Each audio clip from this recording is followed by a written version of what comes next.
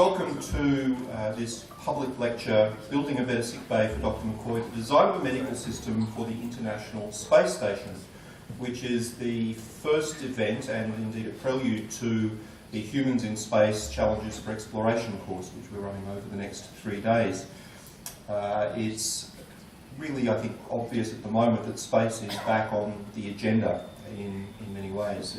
It seems now that we're planning manned missions, exploration, deeper into space than we've contemplated for many decades, having been trapped in low Earth orbit. But you know, we think back to the last century and the inspiration that was derived by the population of this planet when explorers set foot on the moon, when the crew of Apollo 13 made it back successfully, and you can think of a number of different occasions that really galvanised humanity, and I think really at this time in our history we probably need that sort of inspiration again. So it's very gratifying to see plans for the Moon, for Mars, the Orion spacecraft, the Space Launch System all coming to fruition. And of course that means that aerospace medicine and the biomedical aspects of spaceflight become increasingly important as we send people further and deeper into space. But this needs to be an international effort, and I think Australia's contribution to the space life sciences is very important. My name's Gordon Cable, I'm a specialist in aerospace medicine, and I'm chair of the Space Life Science Committee of the Australasian Society of Aerospace Medicine, and it's certainly my hope that Australia can contribute further to the international research effort into supporting humans in space as we go forward into further into this century. As you are probably aware, the Australian Government has recently announced a review into Australia's space industry. There's an expert review group currently convened, hoping to report next March on the creation of an Australian Space Agency, which is an amazing and wonderful possibility if that comes to fruition, and I think will hopefully consolidate our research efforts in space life sciences as well. So without further ado, and on that theme of space life sciences, I'd like to introduce our special guest and speaker for this evening, Dr. Kira Bacal. Kira was originally from the United States and holds a bachelor's degree in mathematics and biology, as well as a medical degree and a PhD in molecular physiology and biophysics. During graduate school, she spent time at the NASA Johnson Space Center and was looking there at the effect of microgravity on the baroreceptor reflex. With specialties in emergency medicine and aerospace medicine, so dual-hatted, Dr. Bacal also holds a master's degree in public health, and her thesis was on the neurological effects of spaceflight. Dr. Bacal worked for several years at NASA Johnson Space Center in the branch of medical informatics and healthcare systems before receiving a Robert Wood Johnson Foundation Health Policy Fellowship working in the US Senate. She subsequently spent 6 months in New Zealand as a private consultant, then accepted a faculty position back at the Ohio University. In early 2007, Dr. Bacal permanently moved to New Zealand and currently divides her professional time between the University of Auckland's medical program and a medical assistance company, and is on our teaching faculty for the Humans in Space course, which we're running over the next 3 days. So without further ado, I'd like to welcome Dr. Kira Bacal.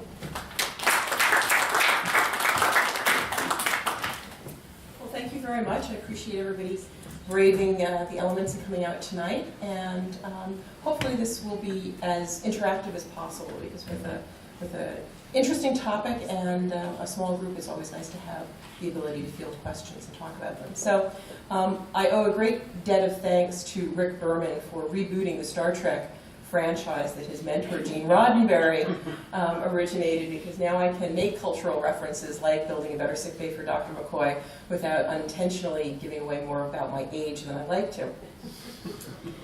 So what I'd like to do tonight is take you for a little trip down memory lane with me, and in the early days of the International Space Station, when we were designing a medical system for it. And here you have two pictures. The first of Peggy Whitson doing an ultrasound on herself, which was guided by an expert on the ground, and Dan Birch doing a cardiopulmonary resuscitation drill to see what the best way of actually performing CPR on a towel is in space. without further ado, to use Gordon's analogy, as he said, I should tell you a little bit about why I feel at all competent to stand up here and talk to you about this stuff. My background is that I do have training in both emergency medicine and aerospace medicine, as well as a research background. I also was a U.S. Air Force reservist, but now mostly I do academic medicine.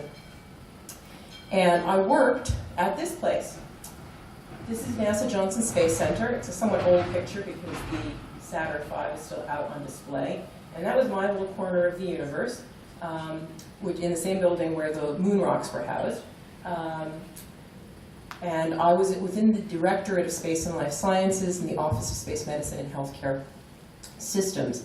And yes, I did in fact get to play a little bit in the new Mission Control Center, which is here, and the flight surgeon stand is all the way in the back corner right over here.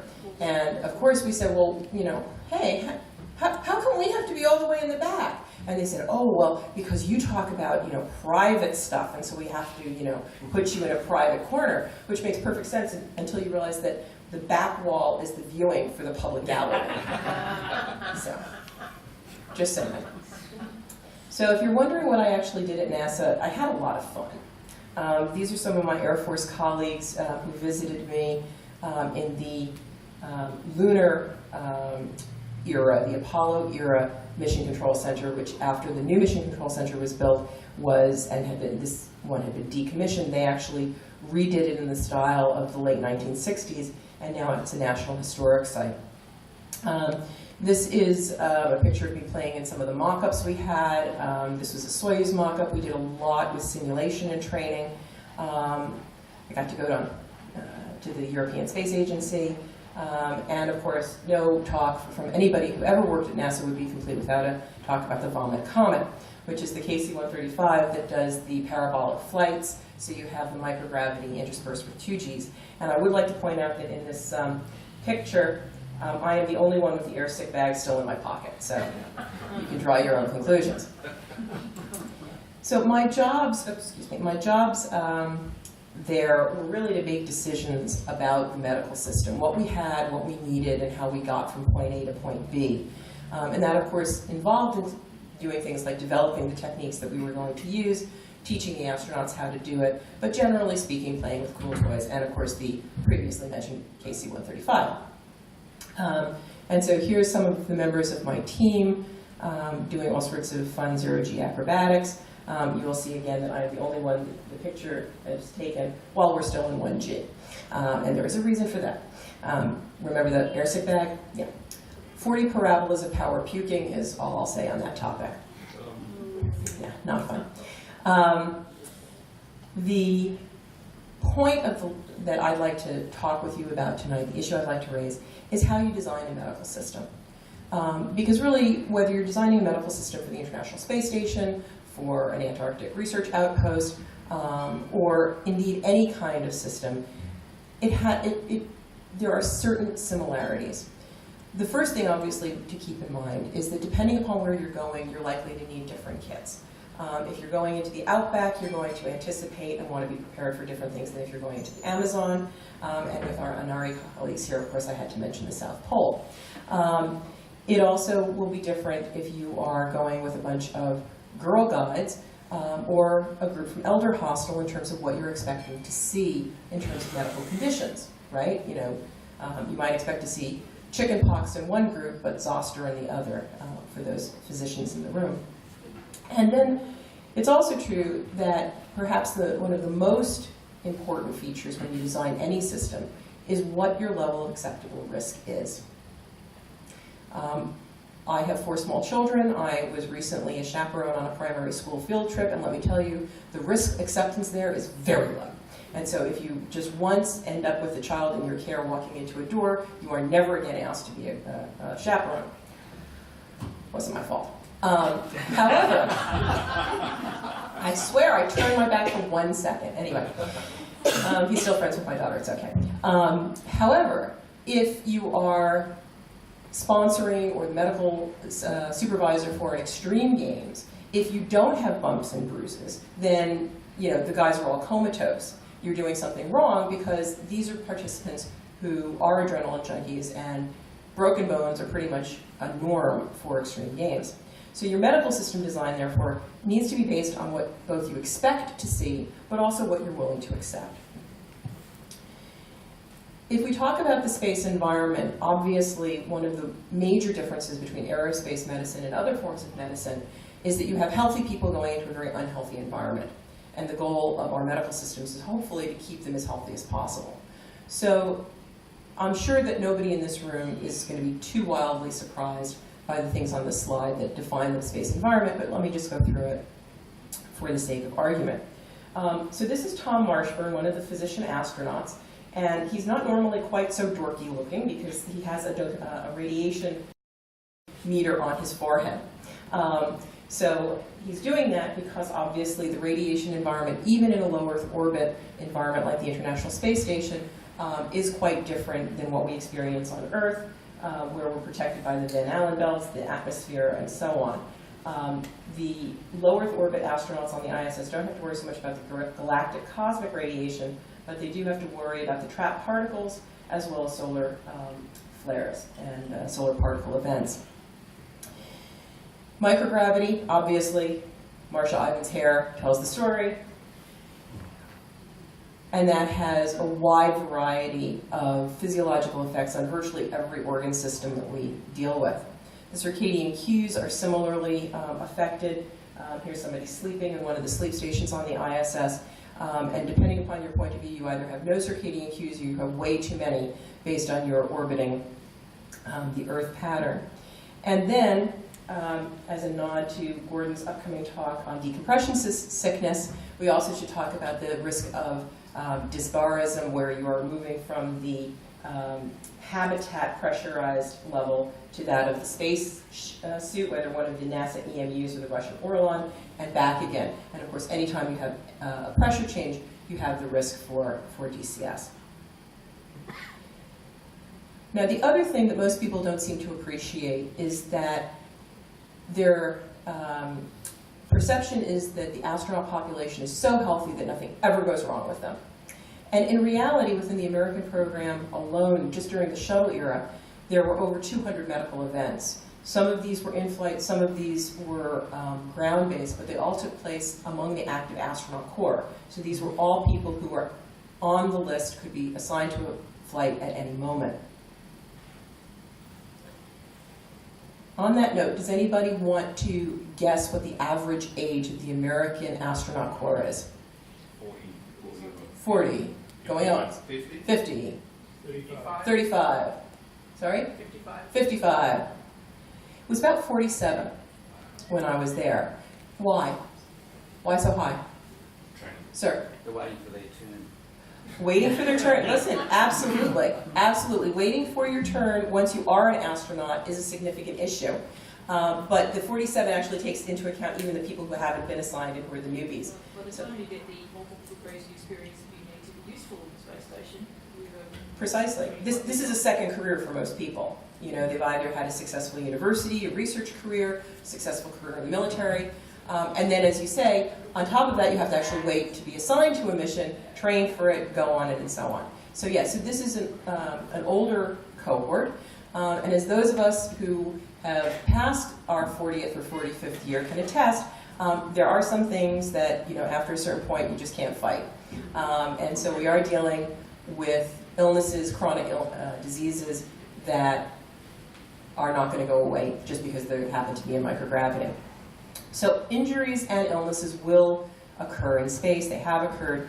And the outcomes are anything from, I have a headache, I'm not going to be able to complete my task this morning, to we're not going to be able to get the time-critical photographs because you have the headache and you can't take the pictures, to someone who can't work for several days, to the mission is lost because we have to actually get him home safely. And then, of course, you know, in the emergency department, we would say seizure, coma, death. The equivalent in a space program is essentially death of a crew member, death of the entire crew, or indeed loss of the platform and or the program. The other thing that makes medical operations in space somewhat different from average medical operations, although not, for example, from military operations, is that you're talking about buddy medicine. keep in mind that these crew members are very close friends by the time that they get to the mission. Their families know each other, their kids play together, and you can appreciate that it's challenging for doctors and nurses and paramedics to learn over the course of their training and their experience how to cope when you have a bad outcome, and how to deal with the what if and did I and should I. You can imagine how much more challenging it is for someone who may not be trained as a healthcare professional and who is providing care on a very close friend. So the psychosocial issues really cannot be underestimated. Having said all of that, and although, as I mentioned before, human physiology is altered by exposure to microgravity, generally speaking, the metabolic and physiologic processes in the human body remain unchanged. And as a result, medicine can and generally is practiced along the same lines as it is on Earth. So you see, here's another shot of Danvers trying to resuscitate that towel. You have a picture of Commander Eileen Collins here on the ground and in space, and you can see that her nasolabial folds are much fuller here. She seems a bit younger with some more face being a bit puffier, and that's all because of the fluid shifts that go headward. So, okay, we've now talked about the space environment, we've talked about the ISS, so what do you want? What do you want to have on orbit? What devices, what medicines, what training? You want a nurse, you want a stethoscope, you want a defibrillator, you want a lab, what do you want? I wanted a tricorder, but they didn't give me one. Yeah, I know, and it always, but yeah, that's what I kept asking for. DARPA was working on it, but not so much. But yeah, so you can see that it's not an easy question. So let me give you a little bit more background on what you're going to be dealing with. We already talked about the physiological adaptations, but what I didn't mention is that the level of adaptation changes based on the amount of time spent in microgravity. So depending upon when your crew member gets ill or injured, the reaction or the response to that physiological insult is likely to be different, because the balance between being Earth adapted and space adapted is likely to be different. So far, so good? Okay. The other thing is that dealing with microgravity, in addition to what it's doing to your physiology, it messes with your head. And one of the things that virtually every astronaut that I've ever worked with has told me is that things on orbit take longer. Even stupid things that shouldn't take longer, they take longer. And sometimes they refer to it as it's like taking stupid pills. And you may, if any of you remember the old Tom Hanks movie of the Apollo 13, I believe it was the Kevin Bacon character who's in one module and the other guys are trying to fix the other. And he puts little Post-its over the switches saying, don't flip these switches, don't flip these switches. And there's a reason he did that. And it wasn't just artistic license. He did that in real life because he was terrified that he was going to forget. And you think, how could he, he's an astronaut, for gosh sakes, how could he do something like forget something so critical that would kill his, listen, that's microgravity. And obviously it also makes a difference in terms of your access, both between the patient and the doctor. That's Joe Kerwin on Skylab doing a dental exam, but also how you access the equipment. I mentioned the radiation environment. It's not only the effect that it has on the human body, but it also has effects on things like your pharmaceuticals. And it probably won't come as a surprise to many of you that drugs seem to have a shorter half-life on orbit than they do on the ground. And if you think about it, you know, a lot of drugs come in those little brown bottles because they need to be protected from light or from heat. Well, radiation is radiation, and they get an extra high dose of it. Staffing, we already talked about. You're going to have very limited staffing, both in terms of numbers and in terms of training. And of course, supply and resupply is always a major issue. Speaking of, you're going to have limited funds right from the start. This is the space program, so everything is on a shoestring. At the time that I was there, up mass to get something on orbit was over 10,000 US dollars per pound. So if you think about how much a liter of fluid weighs, if you think about how much your average medical equipment weighs, that's a significant chunk of change. Stowage space, again, here's another picture of Peggy and one of her Russian colleagues. There's not a lot of stowage space. There's not extra cupboards and, oh, we'll just put something under the bed, nobody will notice. Stowage space is very scarce. But even more scarce than that is the training time to teach people what you're going to do with the stuff you're going to fly. And it's very scarce both before the flight to train somebody, but it's also scarce in flight if you want to do just-in-time training. And as I mentioned before, you're in competition with other items. So for example, you decide you want to fly something. Well, are you going to have a better exercycle to help counter the muscle atrophy and bone demineralization that we see? Or are you going to replace those expired pharmaceuticals? Or, well, hang on, maybe we need better radiation shielding. Or actually, to heck with you medical people, we need stuff that's mission critical like a new camera, or more science experiments, or even a new transport vehicle like the X-38. Or maybe we'll use this money to fund a completely different program. So how do you decide which one you're going to spend the money on? And that's where a lot of the fighting takes place. Most of the aerospace missions that we're talking about currently are either going to be a low Earth orbit or a LEO operation, or exploration missions. And for the sake of the rest of this talk, we're mostly going to concentrate on the low Earth orbit. So what you should assume is that many, if not most, of the ISS missions will not necessarily have a clinician caregiver. Certainly that was true at the time that I was there when we had 2- and 3-man crews. Evacuation is possible, but it may well be delayed by several days, up to weeks. Your training is, as we talked about before, just as limited as your resources. It's not actually air-ground communication, it's space-ground communication. Initially, it was very intermittent. We eventually got it up as more satellites came online. And you're only dealing, essentially, with 1G when you're on the ground and 0G when you're not. There's nothing in between. You will have both intravehicular and extravehicular activities. And usually it's a slower timeline. Once you get up there, you're going to be there for a couple of months, so there's no great rush. Exploration missions, by contrast, by and large, you should assume there will be at least one physician on the team. Although, again, as we know from our polar experience and other experiences, that's not necessarily any great guarantee that nothing bad's going to happen. But they may have some additional support personnel or people who are cross-trained as nurses or paramedics.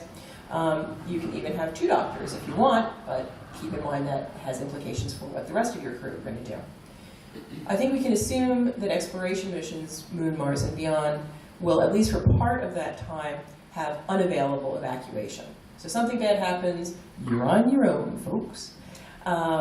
Resources, as before, are going to be limited in whatever capacity, and the space-to-ground communication is not only going to be intermittent, but it's likely to be significantly delayed.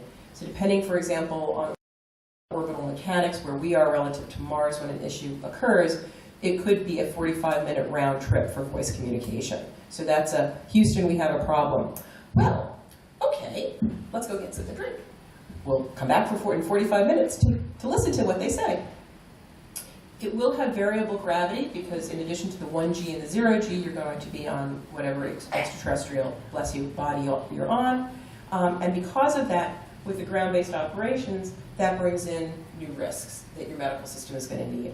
And it's much likely to have a shorter timeline where you have to be active immediately. As soon as you land, you've got to do something, whether it's setting up a habitation module, getting yourself transitioned into the one that was already pre-deployed, or what have you. So as a result, I think you can see why low Earth orbit and exploration missions have different medical concepts of operations with different capabilities, technologies, and the like. What we're going to do tonight is focus on the ISS program. So again, I ask the question, what do you want your capabilities to be? What kind of background do you want your clinician to have? You've heard about my background. Am I the right person to fly? Maybe, maybe not. I don't have a lot of background in psychiatry, and frankly, that's a big issue in long-duration spaceflight. And how are you going to train these people? Not only your clinician, but whoever might be assisting him or her. This is Ray Seddon, who trained as a cardiothoracic surgeon. She's doing an echocardiogram on Jeff Hoffman, who attended my alma mater, Amherst College, which is why this picture is in there. But as we talked about before, you're also talking about imaging, laboratory, and so on. This is Sergei Krikalev and Bill Shepard, part of 2 people out of the first 3-person crew. And who can shout out some of the pieces that are shown in this slide of what the medical system was? Pulse oximeter. Pulse oximeter, ding. Stethoscope. Stethoscope, ding. Blood pressure. Blood pressure cuff, ding. Pencil and paper, woohoo. Yes, all right. Now, part of the reason that this becomes an interesting slide is because this particular medical system is in what is and was in the service module. That was the Russian system. Eventually, when the US lab module, Destiny, was put up, there was an American system put up on the other end of the space station. So you now have 2 medical systems, not 2 copies of the same medical system, mind you, but 2 medical systems in 2 different places. So that's kind of interesting. Well, so which one are you going to use? The closest one, the one that is in your native tongue, what have you? Informatics, medications, devices, all these are questions that must be answered. So what did NASA decide? NASA is an engineering organization, and they like their specifications. So they decided that the ISS was going to have a medical system that could maintain the health of a crew of up to 6 for ambulatory care of up to 135 days, which at the time was the length of the average mission, or the expected maximum length of the mission, or provision of emergency medical care for up to 72 hours. So how did they implement this? Because it's all very well to say, well, this is what we want you to do, but then how do you do it? Devil's in the details, right? So what NASA did was they created a crew healthcare system called CHECS, which consisted of 3 parts. The environmental health system, or EHS, was essentially maintaining the environment, the habitation module, and making sure it was as safe as possible. So they monitored the air and the water quality, radiation levels, and so on. Acoustic levels is on there because certainly in the early days, the space station was very, very noisy. And I should point out the difference between, as I explained to one non-physician crew medical officer, the difference between green glowy water and brown sludgy water. And they're both bad, but they're different kinds of bad. The countermeasure system, or CMS, was designed primarily for the musculoskeletal system, although it also has some effects on neurovestibular and cardiovascular. But essentially, this was intended to evaluate the crew fitness and maintain, to the greatest extent possible, their pre-launch health. And this is Yuri Gidzenko, again, the 3rd person of the first crew, using the IRED, or resisted exercise device, because obviously there's no such thing as lifting weights in space, right? Oh, look, it's really easy.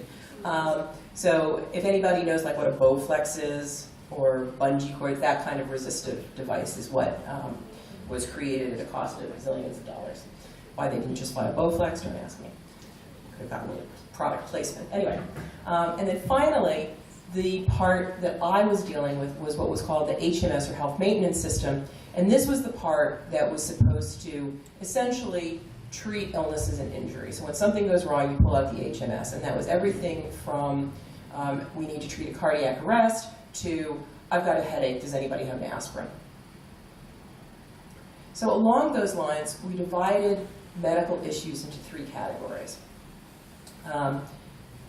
Class 1, you're going to get better no matter what I as a doctor do to you. Okay? We've all had those. It's the, I cut myself, I banged my nose, I've got a terrible headache, my tummy hurts, I'm starting to throw up. These are going to have minimal mission impact, and generally speaking, you can use over-the-counter resources. Then you have the class 3, which is no matter what I as a doctor do, you're going to die. And these are the ones where you can collapse in front of me in my fully stocked emergency room with my cath lab on call and a cardiovascular surgeon in the next room, and it still is a massive aneurysm and you're still going to die. And pretty much in that situation, We had a body bag. We had lots of arguments with the guys from the Armed Forces Institute of Pathology about what we were going to put in the body bag and how we were supposed to get it home, but that's a separate argument. But the majority of what I focused on was this class 2, where if you do the right thing at the right time, you can take a bad situation and make it better. So the original design of the ISS medical system was largely dependent upon the concept of this crew return vehicle being available, which was capable of medically evacuating a casualty 24/7 to a definitive medical cure facility, a tertiary cure facility in Europe or the US or Australia for that matter. But it could do it, and it was this little X-38 gizmo here, which was supposed to be docked to the space station at all times. It would deorbit, landed with a big parachutes. There was no active piloting going on, and as I say, it could land virtually anywhere you wanted to drop it. As a result of that decision, and remember, what did I say? What kind of organization was NASA? Shoestring and engineering. Thank you very much. And what do engineers like to do? Engineers out there, come on, chime in. What do you guys like to do? You like to build things. You like your toys. Let's build a new ship. So they said, we're going to build a new ship. We said, okay, if you've got a way to get somebody who's sick down, fair enough. You don't need a lot on orbit. Okay? We'll do a scoop and run. It's the equivalent of you have the paramedics, just get them to the place where I can take care of them. You don't need a lot of up mass or down mass. You don't need a lot of training. You don't need a lot of volume. This is great, but you're making a trade. You're saying, I'm not going to have stuff in situ. Instead, I'm going to do rapid evacuation. Does that make sense to everybody? Made sense to me? Right up to the point that they canceled the CRB program.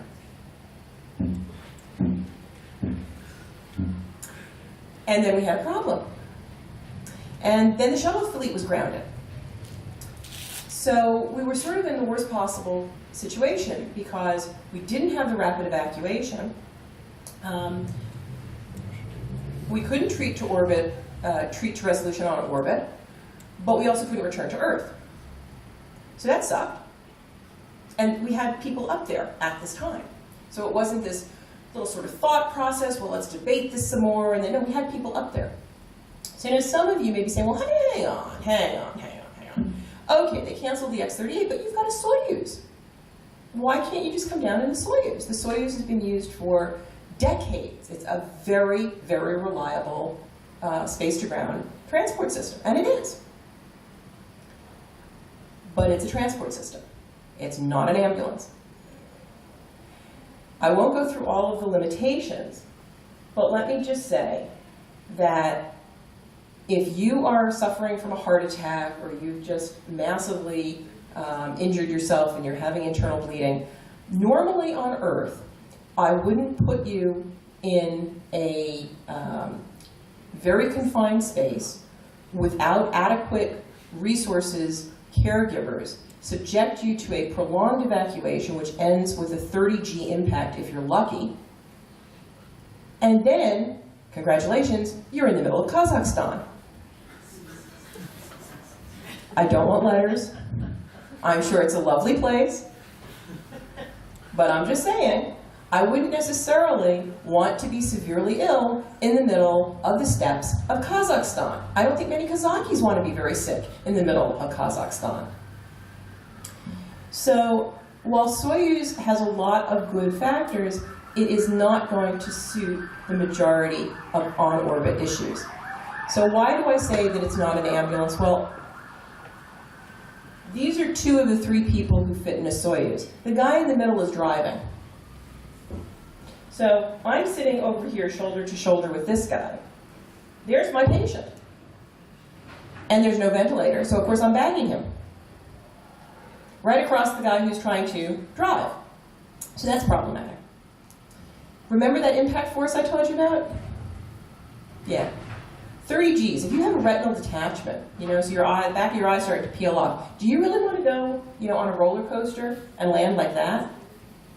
And let me just point out that one of my colleagues said to me, well, 60% of the time, it doesn't even land upright, which is when the retro rockets have their biggest impact. It lands on its side. Now, see, to my mind, if something happens 60% of the time, that's nominal. That's not off nominal. They still call it off-nominal, but I don't think that's off-nominal. But the point is, you have a healthy, albeit deconditioned, ESA astronaut coming off. It's not an ambulance. So at that time, we still had the shuttle flights, and so everyone said, well, fine, we'll just come down in the shuttle. But unfortunately, unless the shuttle is docked, the best estimates that any engineer at the time could give me was that in order to get a shuttle in the air would take, at best, 45 days. Wow. Yeah. Now, keep in mind that's in part because when the shuttle landed, it was disassembled and parts were sent all over the US for refurbishment and then essentially rebuilding a shuttle each time. Then we grounded them after Columbia. So we didn't even have them at all. And we still had guys on orbit. So the decision was made to augment the on-orbit resources to change from a scoop and run to a stand and fight. And so how did we do that? We decided the best way to augment the system was to figure out what we wanted to treat, what we expected to treat, and what we were going to say, you know what, we can't treat. These are the class 3 categories, these are the class 1, and these are the class 2. And so the first thing we did was we essentially came up with a big long list of what do we expect to have. And for those of you who can't read on the bottom, over here it says laziness. Success is a journey, not a destination, so stop running. And I mention that because how we created it was we learned from others, which some people call benchmarking and other people call plagiarism, but you know what, whatever works. So we relied heavily on the US Navy, who had just done a similar exercise for its submarines, which generally speaking are staffed by a corpsman, a Navy corpsman, not a physician. And they had to ask, well, what should our corpsmen be prepared to treat? What supplies should they have available? How should physician extenders be utilized? And similarly, a group close to my own heart, the American Board of Emergency Medicine, did the same thing to decide how they should train their emergency physicians. We also used analogous patient populations, such as submariners, polar station crews. We looked at military databases. We looked at past experiences from the NASA and Russian, previously Soviet space agencies. And then we came up with this list of conditions that we thought was applicable. We edited it extensively by internal and external expert panels. And then we had the list agreed upon in order to get the buy-in from all stakeholders. So it went to both the NASA Space Medicine Control Board and also the MMOP, which was the Multilateral Medical Operations panel. And once we had agreement on that, then we could say, okay, so given this, how do we treat this? And how do we treat it for the time we need? Now, I had already alluded to this point of fact that when you design your medical system on Earth, you assume that you have trained medical professionals. You know, don't try this at home, kids, I'm a trained professional. But part of that training is that you learn how to use the various medical devices, so that when you walk into your emergency room or you go, or you're taken into the operating theater, you have every right to expect that the people looming above you in their masks and gowns know what the heck they're doing. They know how to use a scalpel, they knew how to use the machine that goes ping, and they are doing so based on their expertise and established protocols. Welcome to the ISS. Remember how I mentioned that the chief medical officer is often not a clinician. At the time, chief medical officers, none of whom at the time were physicians. Now we've had quite a few physician astronauts, including Tom Marshberg, who I showed you a picture of, and Mike Barrett. The guy grinning in the porthole here is a guy named Scott Parazinski. He's another physician astronaut. But at the time, most of the missions on the ISS did not have a clinician on board, and the non-clinician was given 40 hours of training. And when I say 40 hours, I'm not talking like university hours, I'm talking clock hours. Okay? So I was just told that student drivers here need something like 120 hours. Yes, your chief medical officer needs only 40. So those of us who have spent years of our lives in medical training, ha ha ha, boy, were you silly. You must have been slow. Keep in mind also that training can occur up to a year before flight. So I don't know about you, but I can forget a lot in a year. They had very little hands-on experience, as you can expect, given this level of training.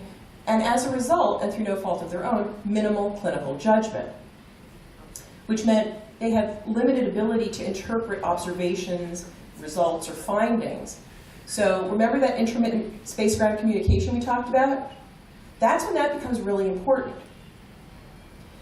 It also, as we mentioned before, you're dealing with buddy medicine, and of course, these are always off-nominal experiences.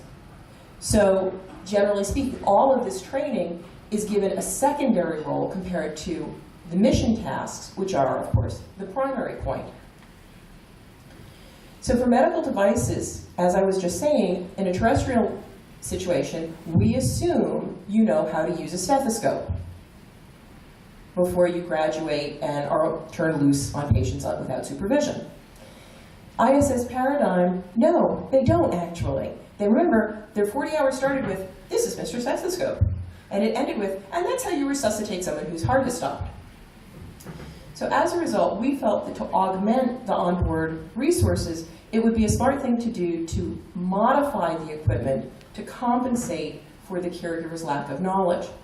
So what we did, for example, is we used technically simple devices.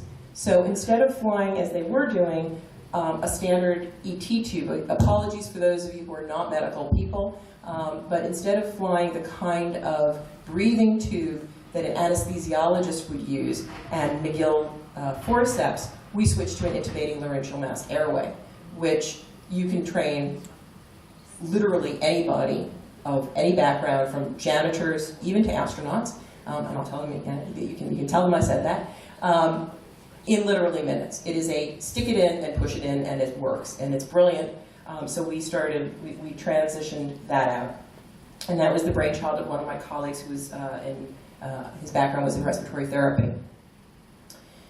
We also started looking at, that is not a marital aid, no matter what it looks like, that's actually an intraosseous sternal injector. So there were huge problems getting intravenous access in healthy people on orbit. So we started looking at in use of a sternal IO in case of an emergency. We were working with some of our Special Operation Command guys, you know, the Army Ranger medics and so on. And some of those guys were like practicing on each other. I was like, okay, you guys are nuts. Get away from me with that thing. We also started doing a lot more medical training with simulators to try to standardize how the training took place. And then we used a lot with informatics to present information in a just-in-time fashion. And so this was one of the, you know, are they conscious? What does being conscious mean? And if it says yes, then you do something. If it says no, it's a different algorithm tree. The other adaptations we did was we changed where the information was held. So we used telemedicine links to take information in a digital stethoscope, recording it and sending it to mission control for a flight surgeon to listen to. Did someone just touch? There we go, thank you. Don't touch my extension cords. Because frankly, if you're not a clinician and you're listening through the stethoscopes, even assuming you can hear over that background noise, because remember I told you the background noise was really high on the space station? Even assuming you can hear something, you don't know what, is that a wheeze? Is it a crackle? And when they tell me, oh, I'm hearing some wheezing, doc, I'm like, well, are you really hearing wheezing? If they send me a sound file, I can listen to it. So that was one of the things we tested. The other thing was using astronauts as essentially smart robots, where, as I mentioned before, here we have Peggy Whitson doing an ultrasound on herself, not being trained in ultrasonography, but being told by someone on the ground, now move the probe this way, now turn it this way, now do this, now do that. We also looked at changing the error messages. So if you're in a hospital setting and you are, God forbid, next to a relative or a loved one and they have lots of machines hooked up to them and the machine goes beep, beep, beep, beep, beep, the chances are, unless you yourself are in healthcare, you don't know what the hell beep, beep, beep means, right? You're just like, nurse, it's going beep, okay? Because if you're in healthcare, you spend a lot of time figuring out what beep, beep, beep means, and if beep, beep, beep is different from ding, ding, ding, right? Right? Okay, I'm seeing nods. Excellent, thank you. Problem is, remember, these guys aren't trained. So to them, beep, beep, and ding, ding mean beep, beep, and ding, ding. It doesn't mean, oh, you need to suction the patient. It just means beep, beep, or ding, ding. So what we did was we took medical devices and we put the same kind of smarts that is in your office copier. You know how that is? So there's a paper jam and you go and it says, there is a paper jam. Open the left cabinet drawer. And you open the drawer and it says, no, not the right one, the left one. Right? That's what we did with the medical stuff. We also actually started looking at whether or not we could build smarts into the equipment so that they could, for example, have a vent that weaned the patient. We never quite got to, I see a few snickers, so at least a few people are understanding my cultural references. We never got to the emergency medical hologram, but by God, we were trying, and we did in fact prove that the vent weaned the patient better than the pulmonologist. We also had to think about things that there really are no terrestrial equivalents for, and that includes things like managing bubbles. All suction devices on this planet use gravity as an air fluid separator. That's a challenge. Sterilizing, and of course, long-term care. Just in time. So in summary, one of the things hopefully you've gotten from this lecture is that the design of a medical system, first of all, it's never finished, because there's always something new or different, a lesson learned, a new development that you want to incorporate. But it's a very complicated system because, like most complex systems, you change something here, it has a knock-on effect. And in our case, what we were seeing was that if you change the training, you change the treatment. If you change the treatment, you change your resources. If you change your resources, then you need different informatics to base it on. So it is also, as the slide mentions, very sensitive to context because, excuse me, as we mentioned, all of these lessons from low Earth orbit are likely to be somewhat applicable, but certainly not directly transferable to our exploration missions. And I'm happy to take questions.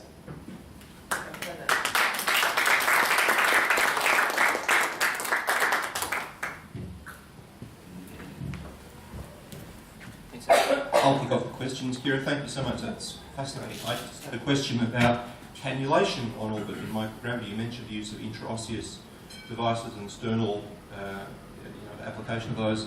Is the fluid shifts that are experienced in microgravity significant in changing the way that cannulation is done? Are you getting veins? Is it harder? Is it easier? It's much harder. It's much harder. First of all, you've got the space stupids. Second of all, we are generally flying doctors, and everybody knows that doctors suck at getting veins most of the time. It's really the nurses and the paramedics. Yep. You ever need an IV put in, let me tell you who not to go to. The other fact is that even those clinicians usually haven't been actively practicing as clinicians in the years leading up to their flight because they've been busy training for the flight. So you get to orbit, your skills are at best rusty, and certainly if you're not a clinician with a lot of experience to fall back on, even if it's remote experience, you're even more out of luck. Then, as you mentioned, Gordon, you have when you first get to microgravity, and right now as I'm standing here talking to you, obviously gravity is trying to pull the blood down into my lower body, and my heart, through the circulatory system and vasoconstricting of various vascular beds, is keeping blood pumping, and one would argue perfusing at least partially my brain. In microgravity, without that constant pull, the blood tends to pool in the central circulation, which the body, at least initially, reads as, I'm fluid overloaded. There is too much blood here. And so there's what we generally and technically call a diuresis, but what other people call peeing like a racehorse for the first couple of hours.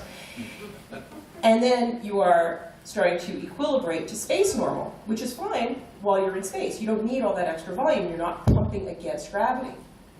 However, if something happens and you sustain a massive blood loss, or you start third spacing, so you develop anaphylaxis, etc., then suddenly it becomes an issue. But under the best of circumstances, you are volume depleted, which of course is going to make it harder to get a central line. And so it's a bittersweet memory now, but Columbia's last flight was a life sciences mission. And it had several doctors, including Laurel Brown and Laurel Clark and Dave Brown on it.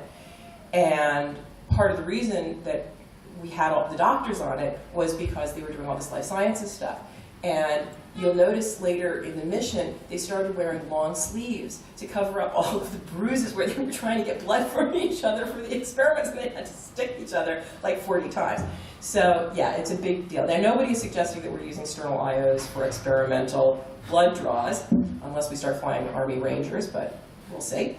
But if you are in a situation where you are massively third spacing, or you've lost a lot of blood, or I need to get volume into you immediately, then a sternal IO and rapid access to the central circulation would definitely be, arguably, one way to do it. Just a quick follow-up before I hand over the microphone. The follow-on to that is, whilst we know a fair bit about that aspect of microgravity, I don't imagine we know a lot about how it's going to be impacted in 0.38 of a G or in 1/6 of a G if we have to start doing this on the Moon or Mars. I think what we can assume is that in the same way that we see that physiologic transition from Earth normal to space normal and then back again, we will see that same transition to a Mars normal or a Moon normal. And once again, it introduces a whole host of uncertainties, because I would expect to see, let's say, different physiological responses and management of shock and so on if you're 2 days into a mission, than if you're 2 months into a mission, than if you're 2 years into a mission. All of which is going to complicate things. And again, if we're talking about rapid deorbit from low Earth orbit, then you're taking someone who was space normal adapted. They suffered something which their body is trying to bring them back to space normal. And now you've brought them to Earth normal. And we all know that normal, healthy people come down to Earth deconditioned. Muscle atrophy, bone demineralized, volume depleted, etc. Vestibular is off. So now you're taking the original physiological insult on orbit and introducing a whole new set of insults by reintroducing the gravity vector. But there's a definitive medical care facility, but do the guys at the definitive medical care facility appreciate the aerospace physiology? Never let it be said, I don't think of lots of problems. Other questions? We'll just take Matt Damon with us, he'll know the answer. There we go. Yes, sir. Can I just follow on from that setting? When the astronauts come back from space, do you routinely put a drip in and give them a few litres of fluid? Off camera. Yes and no. Yes, it is not uncommon for that to happen even after a short duration, like a shuttle flight. Some would come down and be so deconditioned or so dehydrated or so orthostatic, in other words, they would try to stand up and the blood would not be pumped to their brains and they'd get dizzy, that once they got off the shuttle into the little people mover, there are these really cool Bacal loungers, and at each one there is essentially an IV set, and the guys just dive onto you. Not all people need it, but obviously for ISS missions, when they do land in the Soyuz in Kazakhstan, even as normal, healthy, but deconditioned astronauts, that is certainly one of the things that we have had to use in the past. Good question. Anybody else? Yes, ma'am. Thanks for your talk. Thank you. I have a question about the laryngeal mask Yep. ways that you mentioned. Yep. So I was wondering if you guys modified them in some way before sending them out to space, given that on Earth we use them, in elective surgeries where there's very little aspiration risk, the patient's been fasting, there's no, Have you modified them in some way so that they're more of a definitive airway? No, we haven't, because what we found, and of course they're not only used in, as you say, those somewhat sterile conditions of elective procedures with fasted patients, which is why the emergency guys always call the anesthesia guys weenies. Sorry, but of course they are also used quite extensively by a lot of paramedic and EMS systems, where obviously you're dealing with completely unfasted patients and trauma and surgical cases that are going to go to the operating theater. And they've proven very effective there. We did choose to use the intubating laryngeal mask airway as opposed to the regular LMA for exactly that reason, to get a more definitive. So just for those of you who are not au courant with this, the laryngeal mask airway is, as I say, this sort of curved tube with a diamond, an inflatable diamond at the end that you put that sits over the airway and protects the trachea from any aspiration, anything coming up through the esophagus. What the intubating laryngeal mask airway allows you to do is put a very flexible plastic tube through that rigid mask airway, which will then, you can then pull out actually the laryngeal mask airway and leave the soft intubating tube in there. And that is indeed a definitive airway because it's got the cuff and everything. What you can even then do if you want is you can change it out. Just, put in the, and change it to a stiffer regular ET tube. But it made all the difference in the world because if you don't have that, what anesthesiologists are trained to do is they're trained to actually look into the throat, visualize the vocal cords, and pass a tube between them. But let me tell you, if you're not trained in that, it's a whole lot of pink. All the psychiatrists are like, oh yeah. Thank you. Thank you very much, Kira. I was wondering, ISS has been up there for 15? Yep, something like that. Years? Yep, something like that. I'm wondering what you've seen in terms of recovery of astronauts when they come back from, over that kind of period of time. Has that changed? Do they come back less conditioned? I think it's a very interesting question, Mark, and I've got to say that, as I say, I'm now in Auckland, so I don't have access to any of that. What I think, even in those early days, was becoming clear was that countermeasures did work. And so a lot of the deconditioning could be mitigated by extensive, usually about 2 hours a day, exercise. People would do running on a treadmill in front of a DVD to try to also trigger some of those visual cues and identify what an up-down is. So you have a heel strike while you're looking at a picture of like the Earth, so you're no longer, whatever orientation you are is up and down, but you actually again go back to the real up and real down in preparation for landing. So there have been a number of countermeasures developed over the years that I think do help with that. It also helps when you have a very fit population. And I will say that the American astronaut population, by and large, are very fitness conscious. They don't smoke, they run 12 miles a day or whatever. That's not the case for all of the International Space Station astronauts, cosmonauts. And that makes it kind of interesting too, because since there are different, shall we say, lifestyle habits among the different cultures, it often is like having very different demographics. And there's another talk I give where I compare the ISS with terrestrial medical systems where you have a disadvantaged population, let's say an indigenous people, that have very different demographics from your non-indigenous population. And people go, oh, do we need a different medical system for them? And of course, that's exactly what we had initially on the International Space Station. We had the cosmonauts who were a very different demographic in terms of smoking histories and alcohol histories and exercise histories. And you had a Russian system and you had an American system, and it didn't work too well there either. Yes, sir. I was at the basic course last year, and there was a fair bit of discussion about artificial gravity, centrifuges, that kind of stuff there, and thank you for adding another sort of dynamic to this sort of stuff there. I guess the question then, to my mind, is, if you can't answer it, that's fine, but at what point do we bail on trying to do the deep space exploration without artificial gravity, and we just say, look, it's all too hard, we need to have artificial gravity on the way to Mars and back? I think it's one of those things where how hard is too hard? How long is a piece of string? To be perfectly honest, I'm not sure that the microgravity is necessarily the game limiter compared to the radiation environment of interstellar space, as well as some of the other issues around risk tolerance. I think artificial gravity in a lot of ways would solve a lot of problems, and that's why it is devoutly to be wished that our engineering colleagues will come up with something. Hurry up already. But I'm not sure it will solve everything by any stretch of the imagination. You know, and it's funny how the philosophy changes, because of course initially in the early days of the American space program, we were not, there was a deliberate decision made not to do a dual gas environment, because, you know, why would you fly a gas that can asphyxiate your entire crew, right?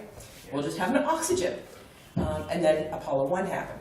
And just to be very clear, that was not a hypobaric oxygen environment of low pressure. It was a hyper. They were doing a pressure test, and that was a very bad idea in all oxygen environments, they discovered, to everyone's great dismay.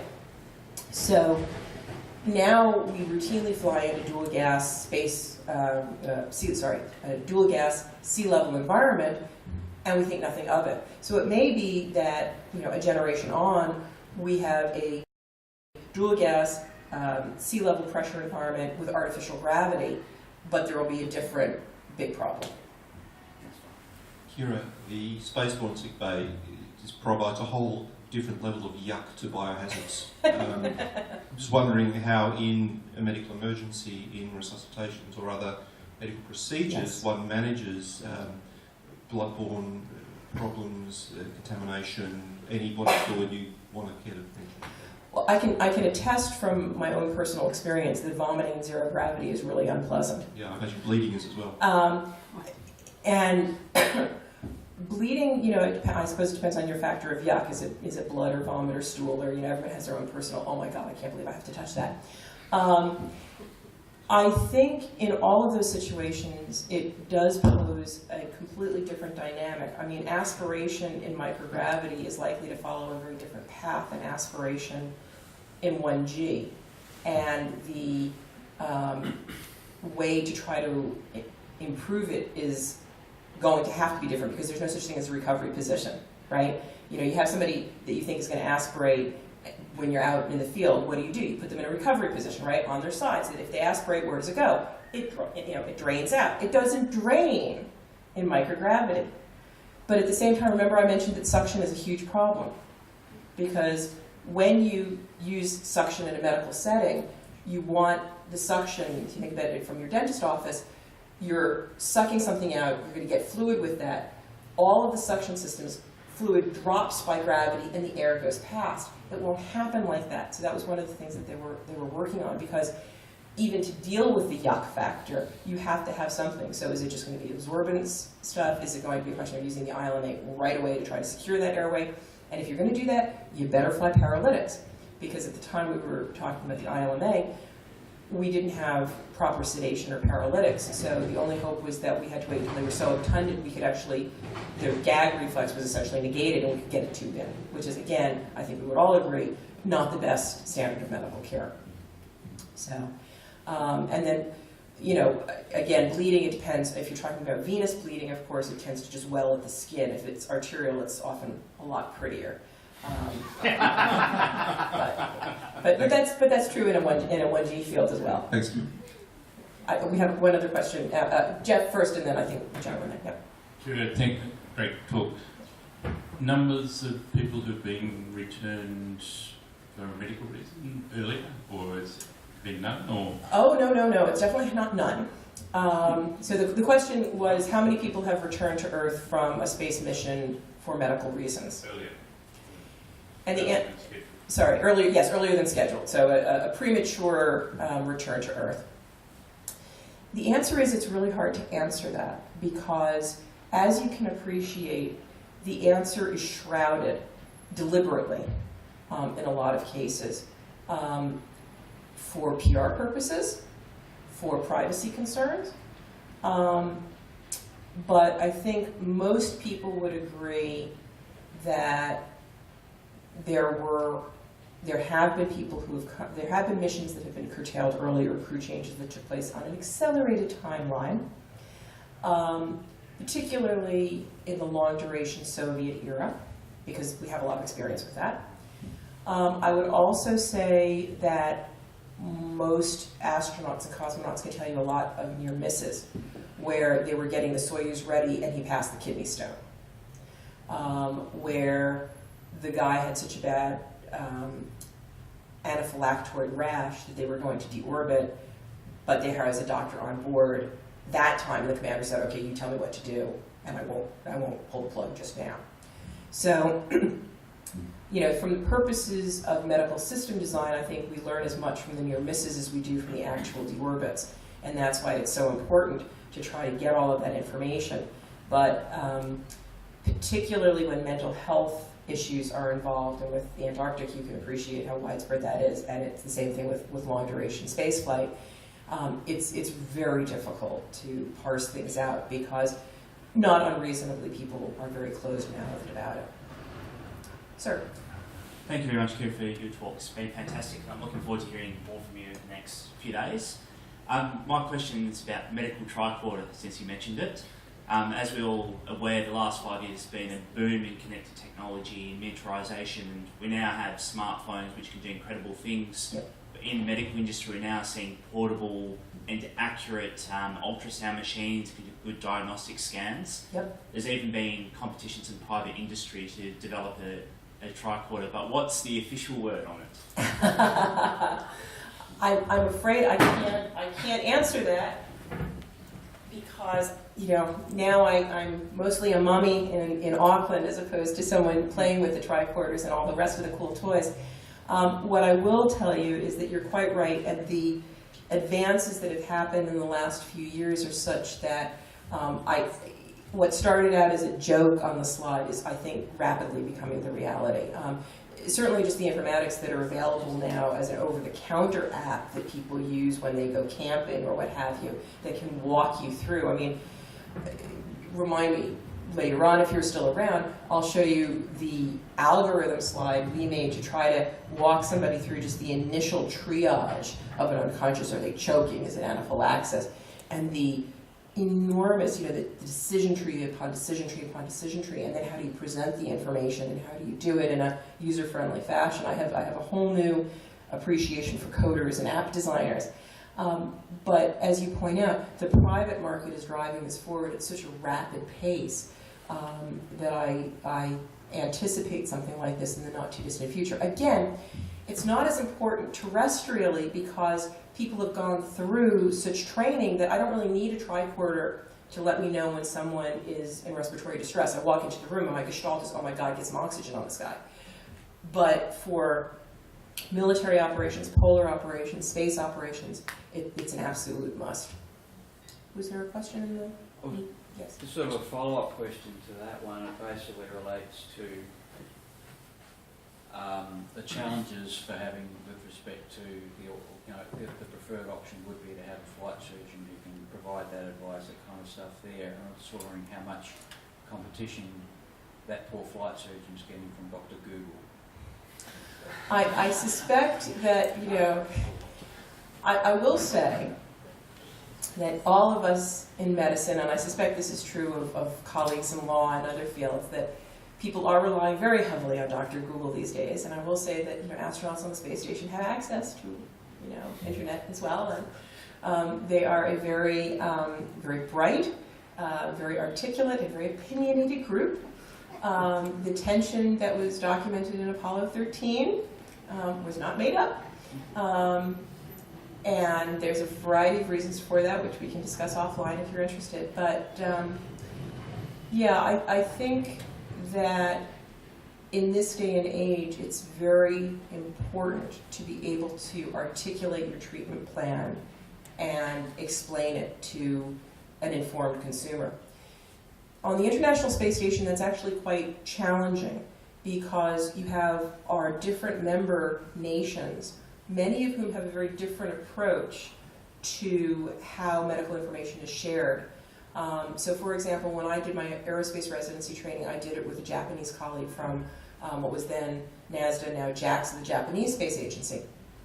And he was telling me how in his training, and we were contemporaries, in his training, in Japan, it was routine not to give patients diagnoses of terminal illnesses because that was felt not to be appropriate. And they would even go so far as to dummy up a mock chart to show that it was actually just stomach ulcers in case the patient was snooping. And, you know, it's like, what do you mean snooping? How can they snoop in their own chart? Well, they're not supposed to look at it. Oh my goodness.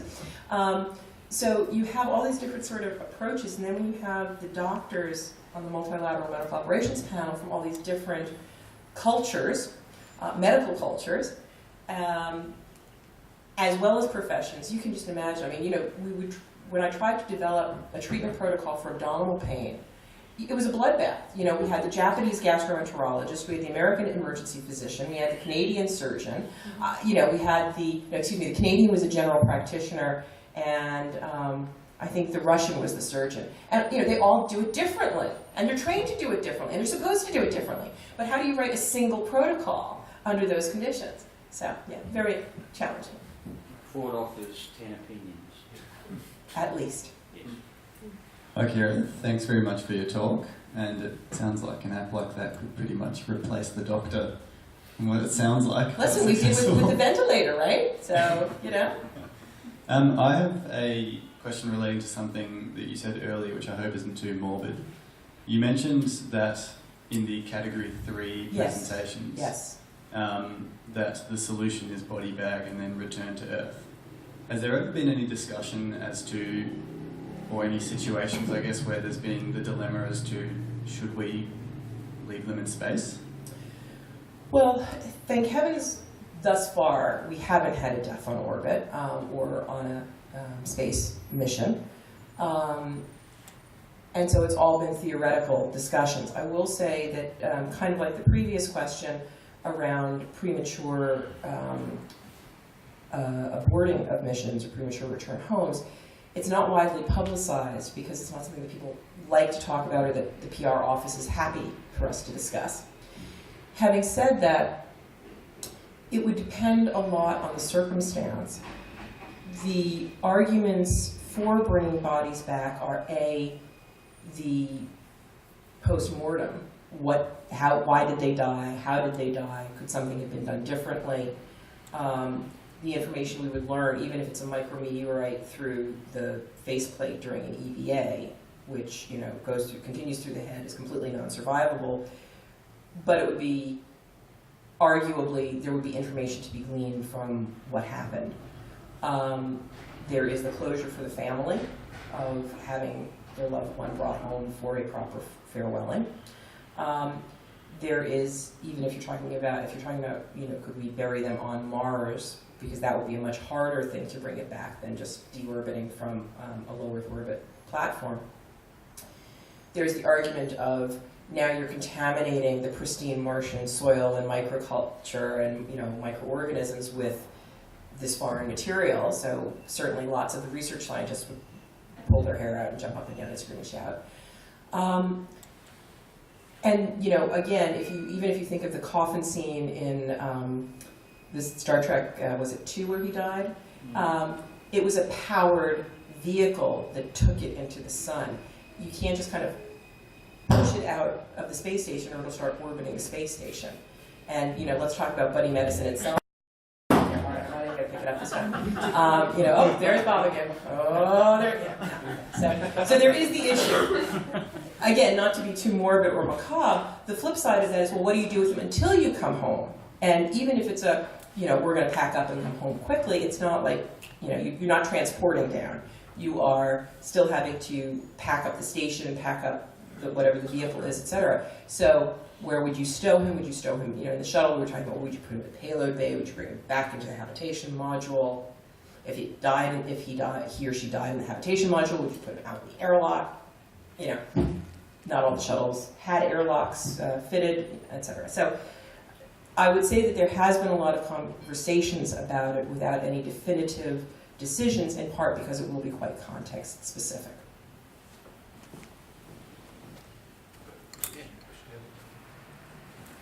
We might make this the last one. Thanks for the talk. Just going back to one of the first slides with the circadian rhythm / sleep, lack of sleep / fatigue, how much do you think this is contributing towards the whole space stupidity thing? And also, is there, in the terrestrial environment with 24/7 industries like mining and aviation and healthcare, there's still early stages of looking at ways to walk out different lighting and whatnot. Is that being looked at for space at all? Yeah, I think certainly there is a lot of research going on into sleep. I think you're quite right that it is a confounding factor in the space stupids, although I will say that even people who have been in space for long periods, where they have acclimated as much as possible to the circadian shifts and everything else, still report those space stupids and the length of the delay in getting anything done. But I think you're absolutely right that it's a very fruitful area of research. It is ongoing. And it's, of course, not only for the onboard crew, but also the support folks in mission control who are there also on 24/7 shifts. It's like the casino, you always have to have somebody there. And what do we do to try to make sure that everybody is as alert as possible? Because in the same way that babies are never born during business hours, crises never happen, when everybody's awake and the sun is shining and perfect timing, just before lunch. And so it is very important to make sure that when something happens that requires a quick and decisive response, the person making that response is not befuddled. Thank you. Just to add to that, there's a lab here in Melbourne, Dr. Tracy Sletton, who's actually presenting the advanced course, who works on sleep and circadian rhythm space application. Research opportunity. Very different circadian shifts in terms of low Earth orbit missions compared to exploration missions, where you've got so many sunrises and sunsets in the one day. Look, we've gone over time, so the questions have been absolutely fascinating. Thank you for your questions, and of course the talk itself has been absolutely amazing. Kira, thank you. I'd just like us all to thank Kira again for